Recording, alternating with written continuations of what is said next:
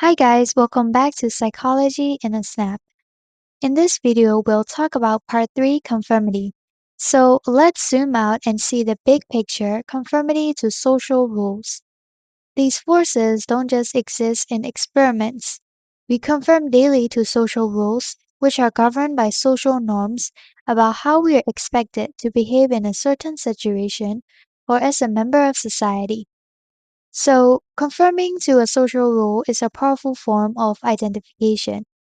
We adopt the required behaviors while in that role.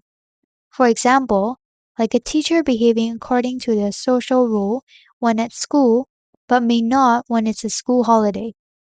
And we play multiple social rules in society by adjusting our behaviors to fit those expectations.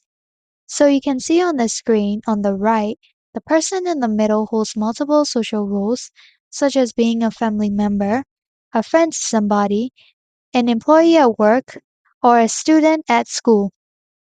So, why do we actually follow the crowd? We are all subject to the invisible forces of social influence. This is an exploration of the principles that govern why we conform in the first place. So, what exactly is the physics of social influence? Well, by Latané's social impact theory in 1981, it provides a formula of how we are influenced by others. So, social impact is the effect others have on our attitudes and behaviors. The theory distinguishes between the source, which is the person doing the influencing, and the target, which is the person being influenced.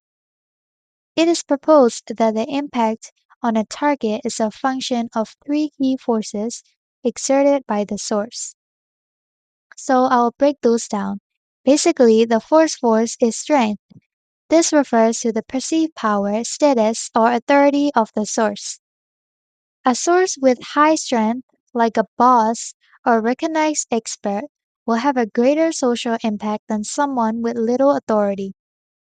Furthermore, the second force is immediacy. This is the proximity of the source to target in terms of time and space, which means physical closeness or an immediate direct connection increases the social impact. Well, lastly, the third force is number. This is the quantity of sources exerting influence. Generally, the more people there are trying to influence a target, the greater the social impact will be. So now let's move on to the next slide, the calculus of influence.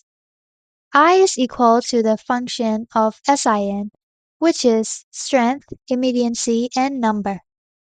The total impact I is a multiplicative function of strength, immediacy, and number, which means a strong immediate and numerous group has an immense effect.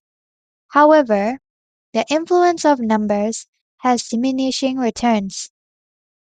Latané has compared this to adding light bulbs to a dark room. The first bulb provides the greatest illumination. The second bulb adds more light, but the fifth bulb will not have a great effect on illumination in the room and will be limited.